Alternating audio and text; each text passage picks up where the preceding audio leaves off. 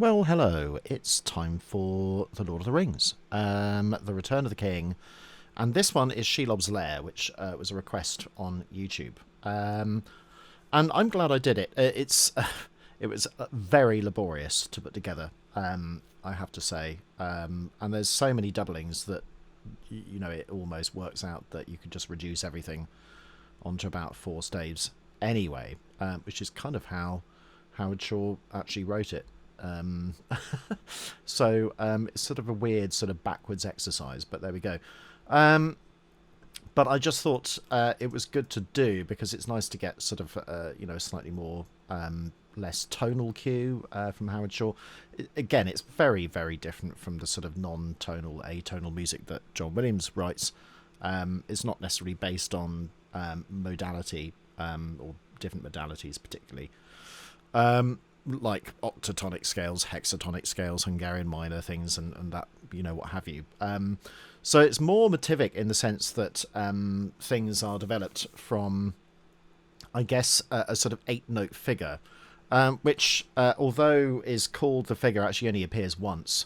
So I'm not quite sure whether you can call it a leitmotif as such, but because it only ever appears once in its natural form. But it's still a motif, and it's still an important one. So there's that. Some reason those boxes aren't working out. As you can see, I'm using Sibelius for this particular one, and I'm just trying to find Shelob's 8-note arachnid theme. There we go. It might be worth just putting that, sort of just doing that really. Whoops. Let's just do that. I probably can't spell it correctly, but there we go. Never mind. I'll check it afterwards. So here we have a sort of row in the sense that it's 8 notes, but there are repeated notes. For example, the G flat. So it's not really a strict row in the sense that you're not allowed to repeat a note, in the strict sort of 12-tone serial sort of manner. And it's not inverted, it's not retrograded, as far as I can tell, because I've gone through all of the intervallic relationships for it. And indeed, I think I actually did something for that. Here we go. Because it's quite useful to sort of find out, if there is anything here. So I did a sort of inversion of it. But I can't find any of those intervals which are repeated at all. Throughout, but that's not to say that it's not interesting, and not to say that there are other 8-note themes which reoccur, which they do, and there are also lots of 4-note themes, which for sort of pitch class set enthusiasts is quite interesting. So there's all sorts of different things. There's also bits of thematic material that recur, lots of interesting aleatoric work, which is based on 4 notes. And then sometimes things based on 2 sets of 4 notes, like the 8 legs of the spider of Shelob, which I think is quite fun.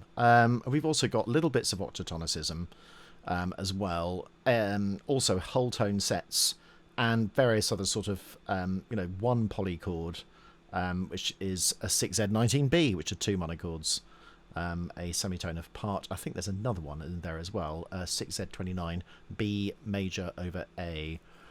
Minor, I should say. So that's quite an interesting one as well.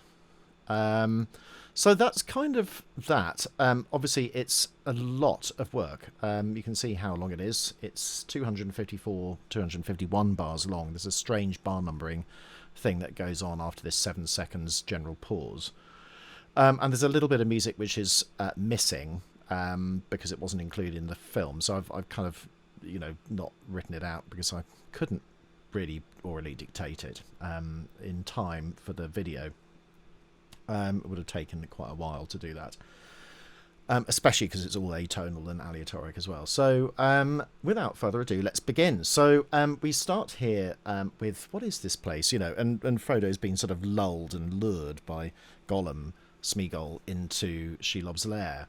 So it starts off with cellos, double basses, bassoons and contra, and I should point out that virtually every single line is doubled in some way, which is just the way that he decided to write. So, for example, violin 1, violin 2 is doubled with violas, which is doubled with flutes. All the bassoons are doubled with cellos and double basses. Often they're doubled with a tuba as well. You know, the usual things. Clarinets are doubled with violas, probably in strings. Yeah. So you could probably write it all out and reorchestrate it all with just sort of 2 lines. You could just assign all the sort of regular blended instruments together. So it's an example of orchestral blend rather than orchestral differentiation, which is mainly the sort of Hollywood norm. So it's very, very different. But it also ends up being sort of quite a powerful sound as well because of that fact. So yeah, let's sort of have a listen to the first little bit. So it starts off here.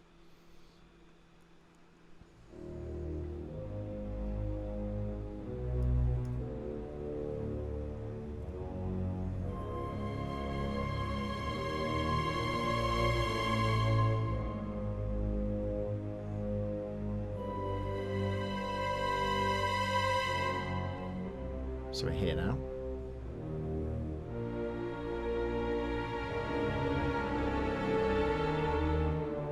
Now the tone row. Briefly F sharp minor, and then it stops.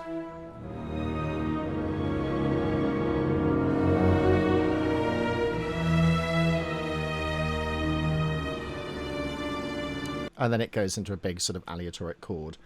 So what I'm going to do is I'll sort of play it once and then sort of try and do the next little bit. So I'm up to 49 seconds of that sort of example.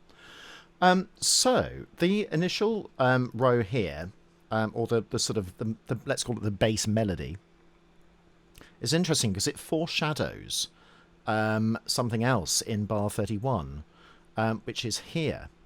So it's a really interesting 10-note collection where you've got some of the intervals. So I've written out what is in bar 31 again here, and we can see how they relate to each other. Sometimes they're enharmonically altered, and occasionally we get a little bit of sort of swapping like that, or an extra note in. So that doesn't exist, but then the F sharp or G flat is there, the C sharp and the D flat is there, the F natural is not there, but then the E flat is. So there's a sort of really weird sort of foreshadowing idea which is going on. This is sort of almost like a sort of spider's web which sort of lulls you into a false sense of security. And I think what he's done is, in order to develop this row, it's not wholly serial, is to try and avoid any sense of tonality. In that, how many minor thirds are there? None. How many major thirds are there in there? None.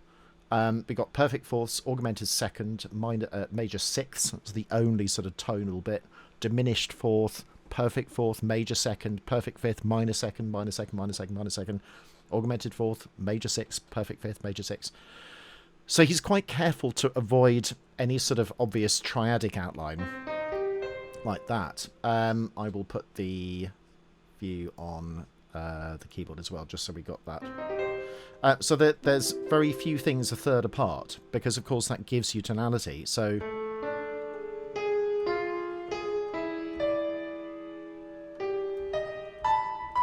no, that sort of idea, having notes which don't give any sense of tonality is quite important. And of course what he's done is he's linked them together slightly. What would be even better is if the Shelob motif actually related to this, but I can't see it as being that way because none of the intervals work out, so it's not serial in that sense at all. But it is a form of foreshadowing, and also, you know, maybe it's a bit obvious to sort of just do that, and so that's the reason for not doing it. We've also got sort of interesting major sevenths, which are obviously quite dissonant, and then we've got our old friend 3-3 as well, 0-3-4 in this case. So imagine a major minor dyad like that,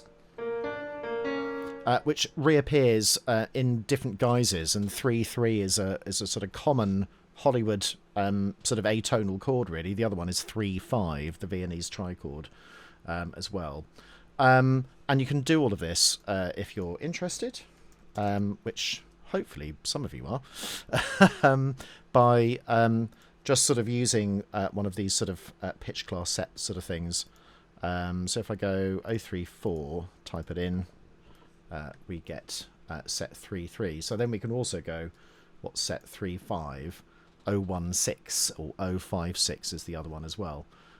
So we could also do that. That's that sort of idea as well. So those do exist for quite, from time to time. So we've got a little 10-note collection to begin with, which carefully avoids tonality, but interestingly seeds some of the following collections, e.g. bar 31. We've also got a foreshadowing of the 8-note figure of Shelob, and of course 8 notes, 8 legs. It's a particular trait of Howard Shaw that, 9 rings for mortal men, there are 9 notes in the Nazgul theme, and all this sort of thing. So he does use sort of, let's call it sort of numbering systems in order to maintain some sort of mystique. And of course the ring motif itself has a sort of ring-like flavour to it. It sort of ends up on being the same note kind of thing in terms of its design. That sort of idea. If you can sort of see it like that as well. Which is interesting when, of course, I was listening to Bear McCreary, and when he does his Sauron thing, of course, he loves the ring as well, and loves rings, so his theme is also ring-like as well. Of course, it has to be. It's obvious for a composer's point of view. If you didn't do it, you would be worried. So then we've also got the only hint of tonality really coming here in this sort of F-sharp minor chord. By the way, a lot of this is sketched so that some of these have octave doublings in terms of there might be a C somewhere else or a D flat somewhere else. I'm just kind of trying to paraphrase it because it's too complicated otherwise. So horns, trombones, tuba are all going to be there, all playing the same notes.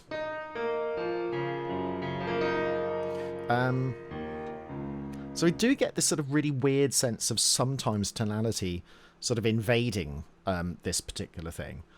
And then we've got a ridiculous sort of divisi section here where he has got a minor 7th chord, but then he adds a major 7th onto it. And then div a 48. That means 48 separate strings. And I will show you what it looks like on the page. It looks like that, which Sibelius is pretty easy to do. It didn't take long to do that. Dorico and completely different ball games, sadly. And you would have to write them out as single lines, not multiples. It just doesn't really work in the same way. And it actually hides notes, which is bizarre. There's absolutely no reason to hide notes at all. So I'm sorry, a bit of criticism there, but there we go. So, but you can also see that, a lot of this doubling is sort of identical to each other. So in this sort of brass and strings bit, everything's the same. So there's not much to talk about, really, apart from the fact it's an E-flat minor 7, and that we've got an atonal cluster of 9 separate notes, which sort of, again, try and avoid a sense of tonality. We've got sort of some mild things here. So we've got this sort of C-sharp, but then a G. So, yeah. And then we've also got like that as well. So it's very, very much sort of semitonal clusters. 9-4 means that it's virtually chromatic. There are 9 notes, the left-hand number, and 4, which is in the forte, or Alan Fort, rather, forte, pitch glassette list as well. So you can also see that on here, if I can find it. I've probably gone past it. Yes, so 9-4. Yeah, so you can see here it's just missing out the number 3. Otherwise it's 0, 1, 2, 4, 5, 6, 7, 8, 9. So it's virtually chromatic. But he's quite clever to sort of not make it all chromatic until the very end. He's kind of like leaves out the odd note, which I think is interesting. Interestingly enough, the way this is written, you see, I would probably interpret that as just play any of those notes. But actually what he does is he plays them in order on the beat, which I think is quite strange, actually. But it probably avoids something being too cacophonic. So anyways, we've got this sort of very, very sort of div 42 or 48, I think. Yeah, div 48, which is crazy. So let's have a listen to that, because that can be quite fun. this is what's coming up next. So is it 49 seconds on the playback.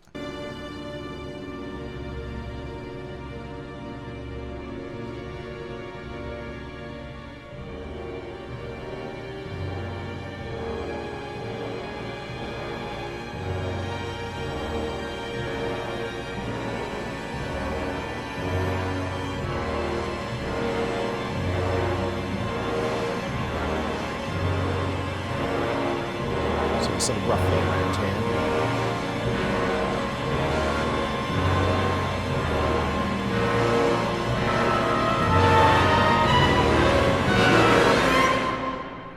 Like that. Yeah, and it's sort of interesting. It's almost like a sort of, you know, Sibelius can't quite catch up with itself. And I think what's interesting is that there was obviously something added in this, you know, which isn't in the score. So, you know, in the original, because I can hear lots of sort of wind at that point as well. But basically, it's just using those 4 notes, which is an E flat minor 7 chord with a bunch of other stuff, with, you know, a chromatic collection, which then glissandos up. Then we got a general pause. Then we've got the bit that was already foreshadowed in bar 1, now coming up in bar 31 here, or 32, I think, bar 31, there we go. So it does repeat what we've had before, and that's the next bit. Sorry to miss out some of that.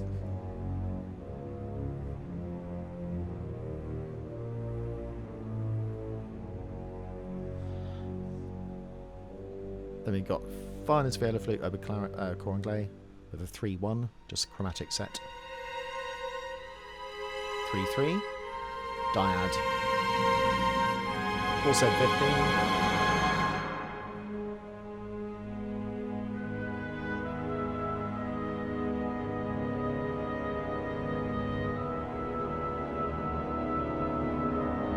Another collection.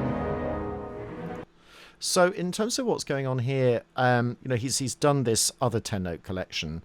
He's got sort of chromaticism here, with strange gaps, and sort of quite oblique ways of writing, and the doubling effect is quite strange because the amount of overtones that you have with it suggests there are more pitches in there, but they're not.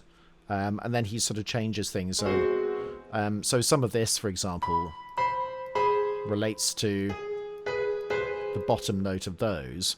That kind of relates to that, and then he's just used a dyad, which I guess it is sort of another dyad, but just transposed down. But by mashing them all together, he's got that. I was trying to work out whether, you know, are they verticalised? Is it that verticalised? But it's not either. So it doesn't seem to be any rhyme or reason other than the fact that it simply exists. These come in late, the oboe. It should be on time, but I noticed in the recording that they kind of missed their entry, but then they didn't re-record it. Maybe it was done for synchronicity purposes. And then we get this cascade, which is a feature of the whole score. All the way through, we get this sort of cascades where you have that one down, and then another one. You know, this sort of idea. And in this case, it's a one that goes down.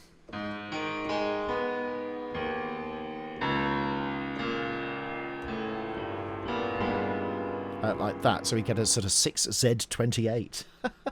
Whatever that is. So if I do that, yeah, we can just about see that.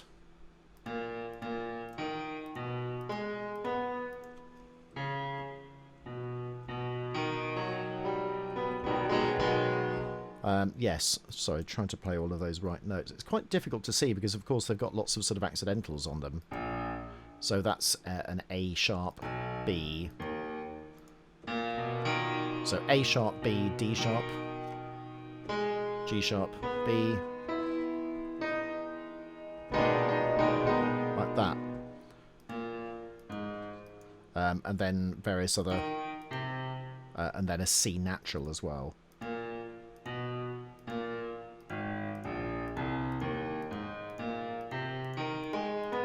like that. But it has a sort of rather disorientating effect.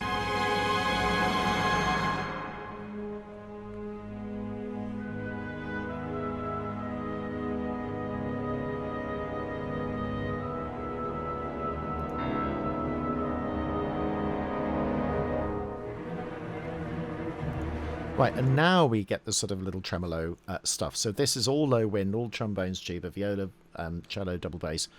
It's just 4 notes, all played together. So in terms of what it looks like on the score, it's that. So we've got that going on, we've got that going on, we've got that going on. That's all it is, with big arrows. So lots of sort of aleatoric moments. So in terms of what that is, I've deliberately left this so we can work it out. So you've got an A sharp and a B. So A sharp and a B. So I'm putting this into a pitch class set calculator. And we get 4/8. Now what's interesting about that is that you'll notice on later we've also got 4/8 here. Oh, I did actually put it in. We've also got 4/8 here, so I'll put it into our little pitch class set here. This one is a 4/3, which is an 0-1-3-4. Just swapped over. So that's my 0-1-3-4, but I'm starting with 0-1 and then 0-1-3-4. So I'm actually starting with 3-4 and then 0-1, like that. But it's 2 combined, and I can't help thinking, bit of wild speculation, but maybe Shaw in the back of his mind that the octatonic scale had an affinity with the 8-legged spider. It's an 8-note scale.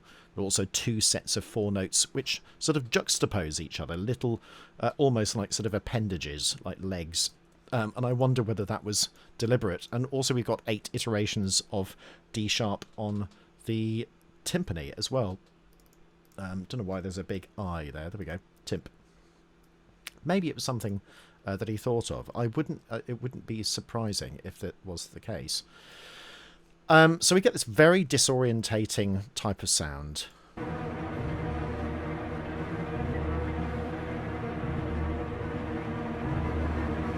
Here's the timp roll, the timp iteration. Just repeats.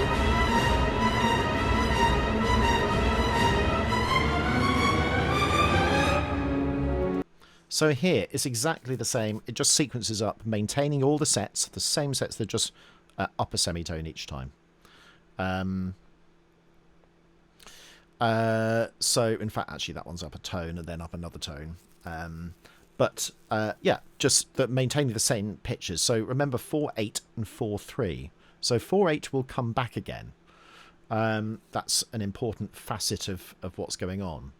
And it forms the bedrock of some of this sort of other motivic work that we have. Then we have a sort of brief tonal section at this point.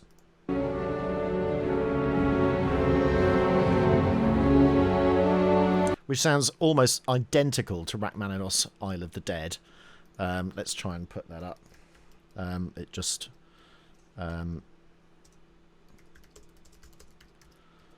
just reminded me. Let's have a look.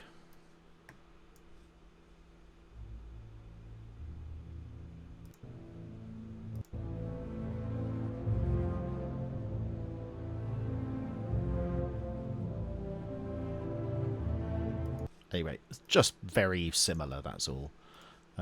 Just sort of quite similar.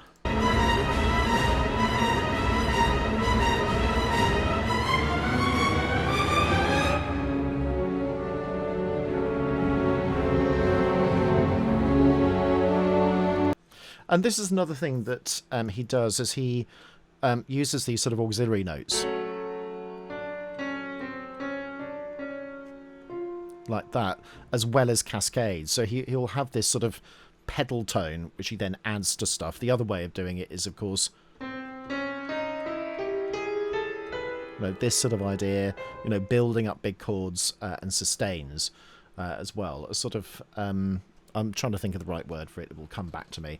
But basically a cascade of notes, which sort of which build up. You also get it in Prokofiev's beginning of Romeo and Juliet as well, if you want to see that as well. But you can quite easily see it in the score, and we'll look at some of that in a minute. So it's just F sharp minor. Then we get into a semitonal shift at that point.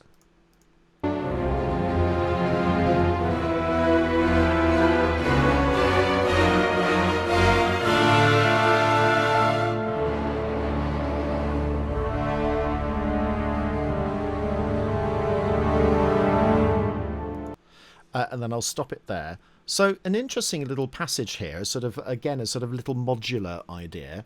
We get an E sus2, and then a sort of E minor chord with a flat 9.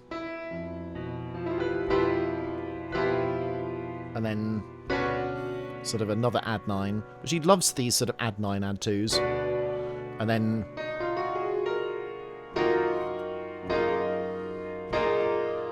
and then another add 2, like that as well, as we get to this bit here, and then this sort of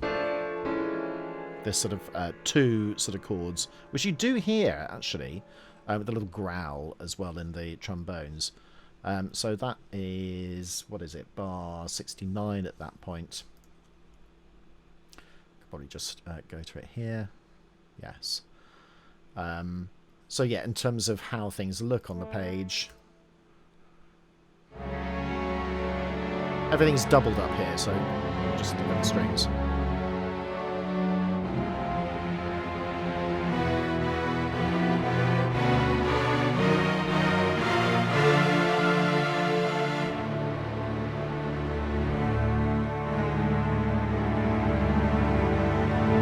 As I say, everything is just doubled.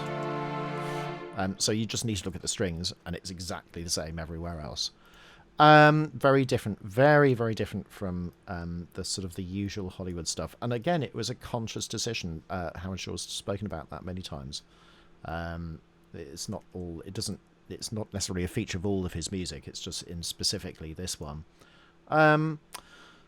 So then we get a sort of interesting sort of 4-note collection. This case. We've got sort of this idea with a sort of 5th, and then sort of sharp 4, and then a 4 as well. And then eventually it just becomes D minor, then B minor, D minor, B minor. That sort of little Hobbit sort of danger type motif. But with a D in the bass. Some of it's slightly different from the...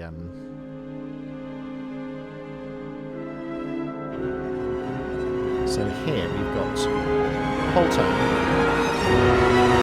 So it is slightly different. So although I sort of put that sort of idea, it doesn't sound very pretty, this whole tone collection. In fact, Jerry Goldsmith uses it as a chord in Alien as well.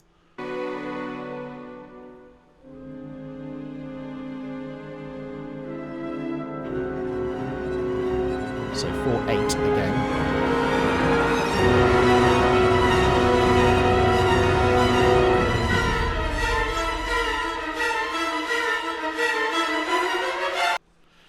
So yeah, it's sort of quite Shostakovich at that point, sort of almost Bartokian as well. So in amongst all of the sort of whole tone stuff, we got back to 4/8, this one 4/3. So it's exactly the same as what we had before, a complete copy actually. Same articulation. Again, it sort of rises as well, keeping the same pitch class sets. Happens again. We use as a 3/5. Maria from West Side Story configuration, but a 3/5 as well, with the same figuration, and then it changes slightly. So here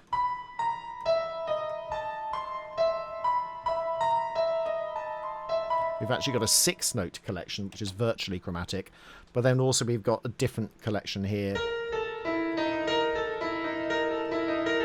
like that as well. Is this bit here, which continues.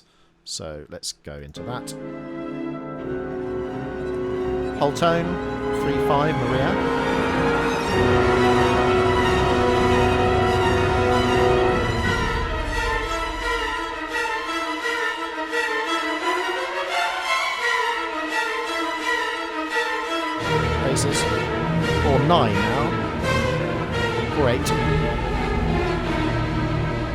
Yeah, so it's very similar. So we've got little sort of very small chromatic changes which go back from the 4/8 norm. They sort of perhaps develop into a 4/9, so slightly different intervallic relationship. It's just very, very subtly different. And then it sort of, eventually sort of descends back onto this D sharp, which seems to be a sort of key which maintains itself for quite some time. If you sort of remember right at the beginning, there was a D sharp minor idea at that point. Along with tam-tam and bass drums, side drums as well. That's sort of virtually all of these are sort of tam-tams, where of course you get sort of all sorts of overtones coming off that as well.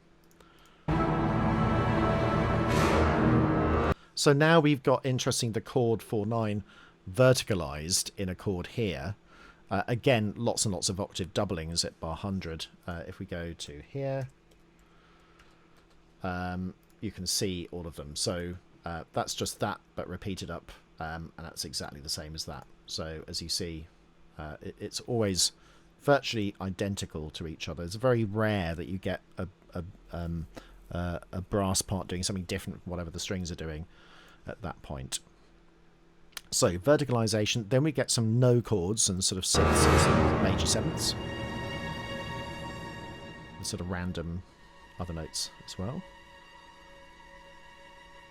Then the Lothlorien theme.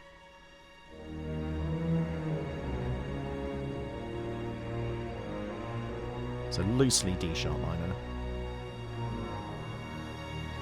And a 3/2 with the trill. And a 4/7, which we've seen before as well. The verticalization.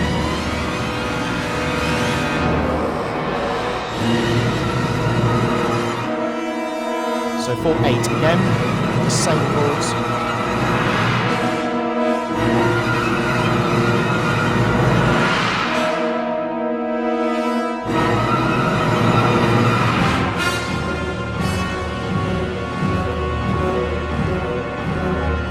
And I'll stop there. So all of this stuff is just 4/8. That's all it is. Da da da dum. That's all it is. And it spans, this sort of augmented fourth idea, which is kind of intrinsic in a lot of this. You've got sort of perfect fourths, augmented fourths, that sort of thing. It's sort of there, pretty much all over the place.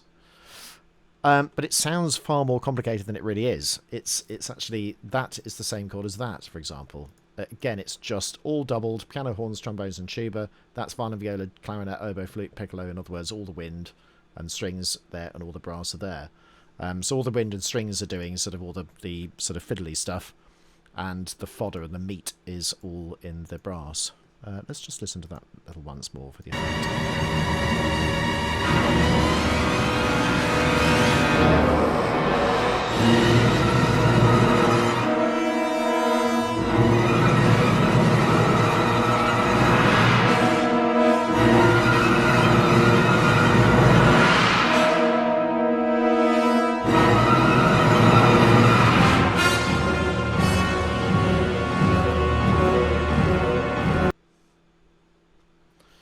I think that should be tied. So a lot of this sort of stuff, again, this sort of cascade idea. If I go to 1, 2, 5 here. So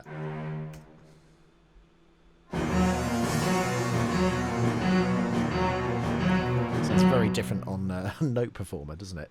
But you can see how the cascade is. So, in other words, it's as if you put the pedal down on a melody and then just let all the notes ring out. So this one is a 3/5. Again, we've heard that before. 4/20, which is an interesting one.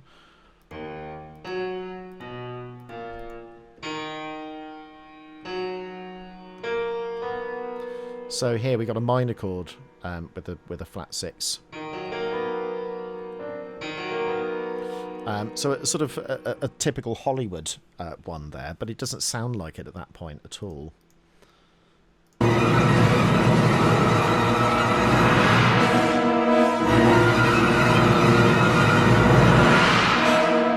Spidery stuff.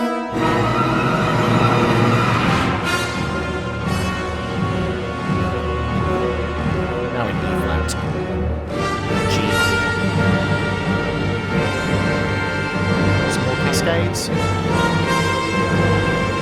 Just builds up the scale, Dorian mode.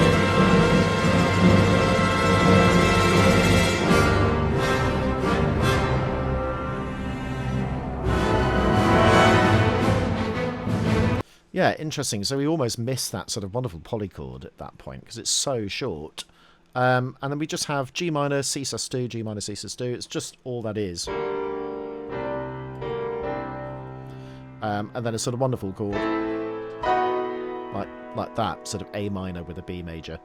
The first proper polychord of the whole thing, really, if you discount the sort of 4-note sort of atonal chords. And all of this, again, is just a cascade. It just builds up. And you can see it sort of also in the sort of the lower sounding bits where your D is moving upwards. And eventually it goes like that. So the only surprising bit is he doesn't have an A going to there, which is probably a little bit too nice at that point.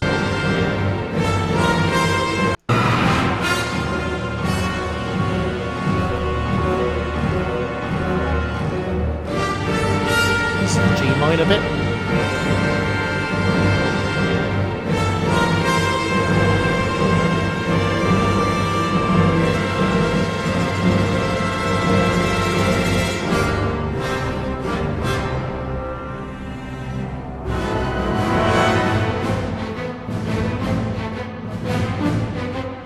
Just adding more notes. More 4/8.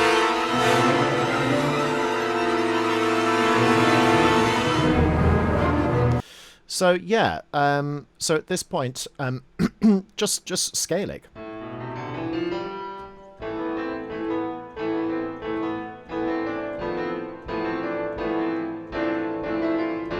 You know, you just sort of keep going. Then he plays the full scale. And then we've got an A with a flat 6. Like that. But then we've got back to our little familiar 4/8 again. Like that, with the upper wind now joining the strings. Everybody else doing this sort of really weird sound. Like that. Strange, isn't it?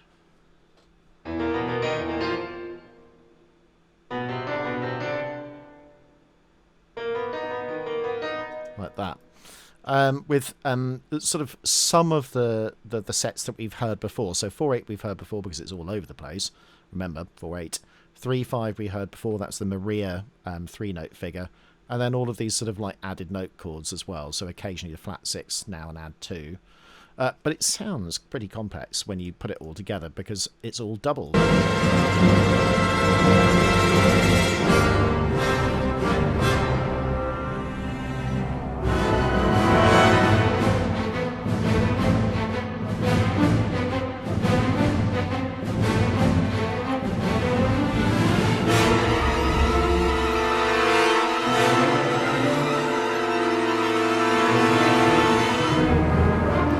There's a bunch of stuff that was cut from the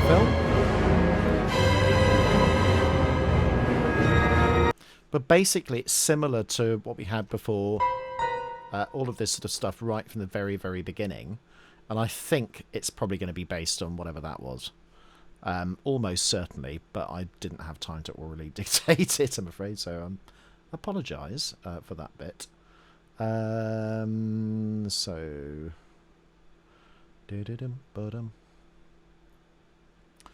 So we then end up on the D trill, so I'll try and fast forward to that. Yeah, semitonal trill.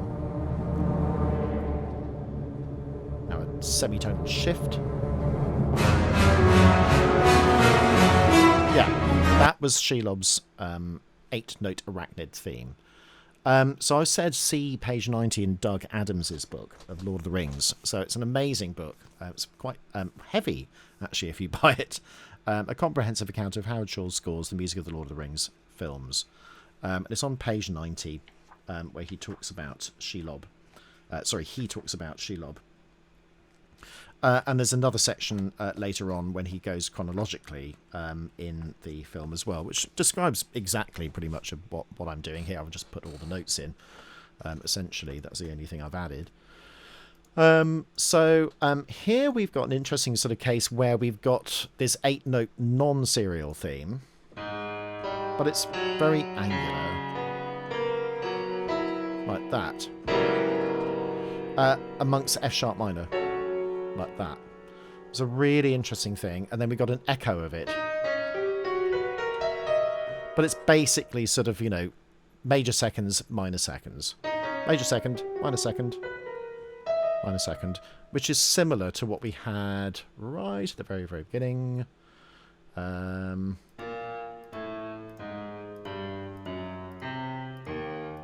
So it's going to be similar to that, although not identical. Where are we? Yes. So similar, but not identical. Like that.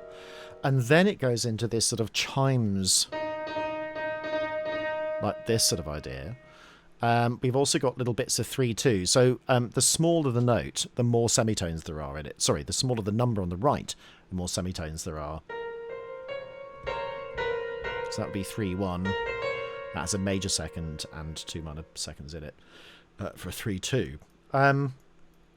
Then we've got little occasional sort of 0134s as well. We've also got this sort of fully chromatic set at this point as well, because everything's being squeezed together sort of dramatically, and that's kind of why he's doing that.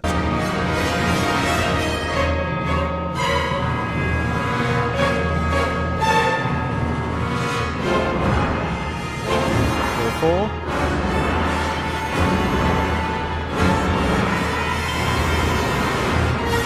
Yeah, so it's a huge sort of cacophony sort of going on. So here we've just got sort of trumpets.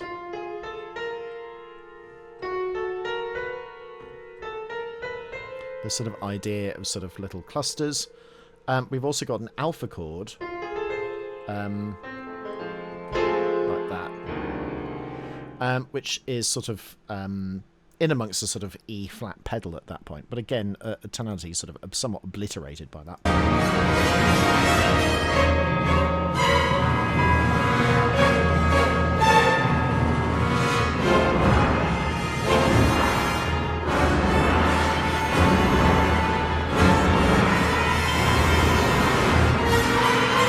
Fully chromatic.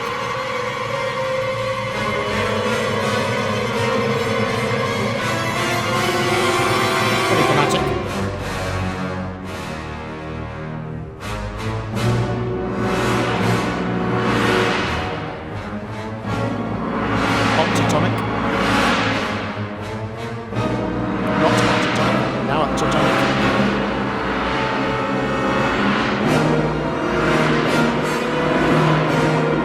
Cascades. Fully chromatic. 3/3, 3/5, as it dissipates. And we'll stop there. So, yeah, I mean, all of these are slightly randomly chosen in the sense that, you know, motivically they follow. They're sort of somewhat sequential. And he's building up things from octatonicism and also sort of just putting in, you know, other sorts of, you know, almost octatonic stuff, but just not quite. And then makes it more and more obtuse and more sort of weird. As the collections grow, you can see that we've got 4 notes, 5 notes, 6 notes, 7 notes, and then gradually it dissipates 4/5/4. So it's controlled, it's not sort of suddenly abandoned. And this is the important thing with all sort of compositional device, is that you don't let the energy sort of suddenly disperse before it's had a chance to settle. Notice here we got sort of 7/5 and now 7/7. These numbers don't really mean that much, apart from the fact that it just shows you how chromatic they are and that there are more notes. Basically, the one on the left are the amount of different notes. The one on the right is where they are in the list. And, of course, during the list, it depends how many semitones they have. So here, 9 semitones, 8 major seconds, 8 whatever. But as you go higher in the list, there are fewer semitones. So if I go up to a 9-note collection here, 9-12, there are only 6 semitones in that one. So that's what it means. It just means it's becoming more and more chromatic and more sort of, in which case, more energetic. Then we get this little trill thing. So violin 1 trills with the oboe, violin 2 sustains with the clarinet, viola moves then trills in the red with that little chromatic descent. As well with another 3/5. So then we've got after this the sort of the settling bit, this sort of evil of the ring, which appears at that point. So let's carry on. So we're now stabilised in D flat. Would you believe?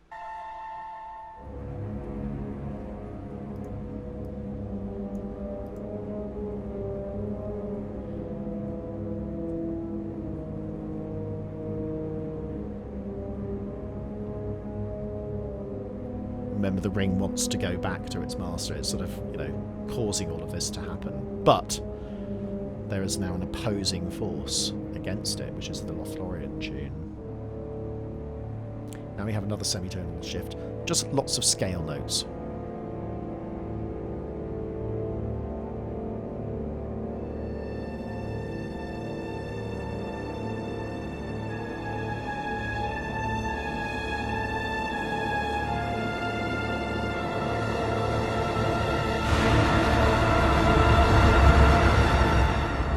We've got 7 seconds of silence.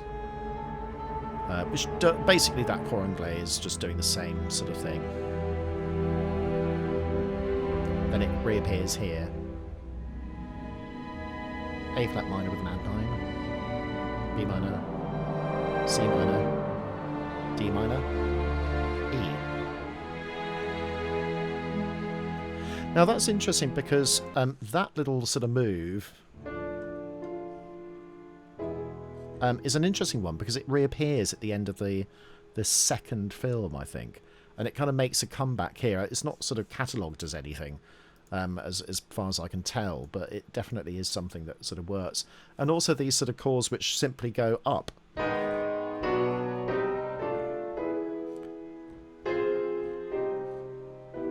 So a much more sort of simplistic musical language at that stage as well.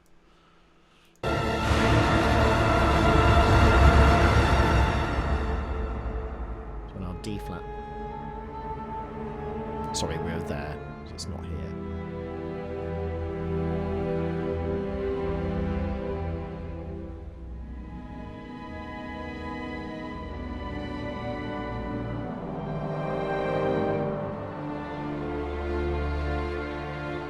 Harp, which is not doubled. Cor anglais and violins, viola, cellos and basses.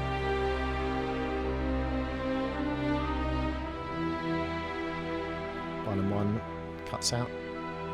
We have an oboe, then just flutes.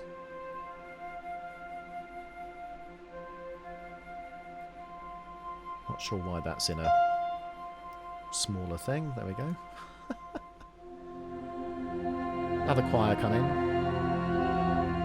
The monochord. It's just on F5. Notice how the A natural is now flattened here. There. So it usually is a Phrygian dominant scale. I think for some reason in Doug's book it's classed as some sort of Arabic scale or something like that, but it's just a Phrygian dominant in terms of, I think it's B flat minor, but just starting on F like that.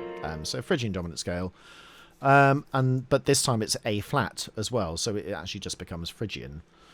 At that point, and then we have that huge relaxation after that Lothlorien theme. Actually, it's worth going back a little bit for that.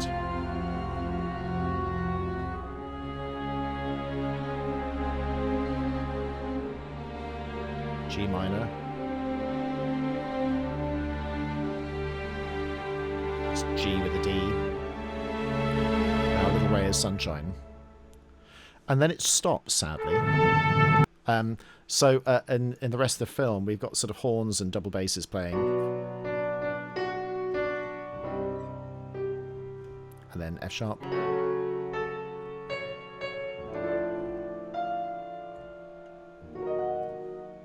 Like that, sort of gliding on into the background as well. Another sort of root position rise. That sort of idea. With one sort of change basically from that sort of pattern. But I love how it sort of goes from G minor like that. So a surprising sort of modulation at that point. So there's all sorts of interest in there, isn't there? There's just huge amounts. Very, very different from the sort of aleatoric stuff that Williams writes. Again, a lot of this is motivically based. So a huge discovery of mine was the fact that, you know, it's all based on this sort of 4-note figure, 4/8, which reappears all the way through the whole thing. You know, in terms of little chords that sort of come up. Sometimes they're changed slightly, but they do reoccur. And when they do, it's sort of quite interesting and exciting. So 4/8, all of the aleatoric sections are basically sort of 4/8. And that's what that is. I don't know whether there's a specific name for those pitches. So I'm just calling them by their pitch class set name, because that's sort of what that is.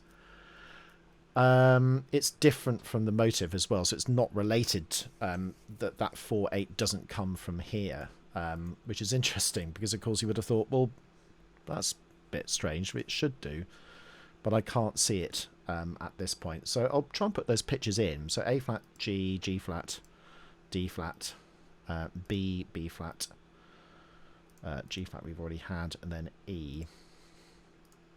So that's 725. What's interesting is I wonder whether 4/4 is a subset of it. So let's have a look. Yes, it is. So isn't that interesting? So 4/4 is a subset of that sort of 7-tone, 7 notes, but 8-note arachnid theme. But I just can't see where they might be at this stage anyway.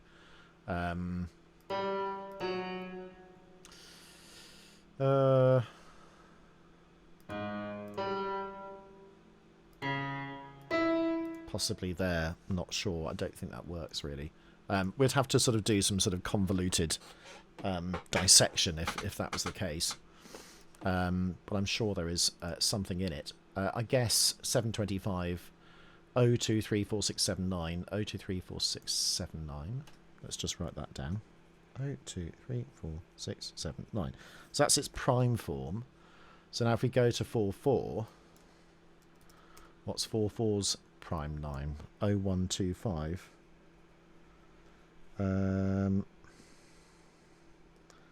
That would be, would that be 8, 7, 9, 10? 0, 1, no, it's not. It could be 8, 7, 9, 3 or something like that. There would be a way where you can basically derive that. And not all of them have those sort of subsets, by the way. It's not just sort of a foregone conclusion by any stretch of the imagination. But it must have been that he got it from there, at least, because it's a subset. I'm not suggesting for a moment that Howard Shaw sort of worked with sort of pitch class set theory in order to sort of get themes. But a lot of this work is unconscious. And so for the analysts, it's quite interesting to sort of see where does that unconsciousness come from. Are there things intrinsically in the notes themselves that get rise to those musical ideas? And I think they are. I've certainly used that as sort of the basis of various sort of atonal music that I've written in the past. So that possibly could be that way. So I hope you've enjoyed that. It's a sort of really interesting one. Very, very different from the sort of John Williams. I have to say it was slightly tedious to sort of write it all out because there's so many doublings. So you kind of just end up going copy, paste, copy, paste, copy, paste, copy, paste, copy. I mean, look at all of that. It's just they're all playing exactly the same notes. That's also the same set of pitches as well, but just horizontalized instead of verticalized rather than horizontalized. So sometimes it can be a little bit of tedious work. But anyway, I've done all of that sort of grunt work for you so that you don't have to. And now we can sort of listen and hopefully have a look at this. I think I will probably make this available as a PDF for everybody. So you can take it away and study it with the score in hand as well. So I hope you've enjoyed it, and I look forward to seeing you all again.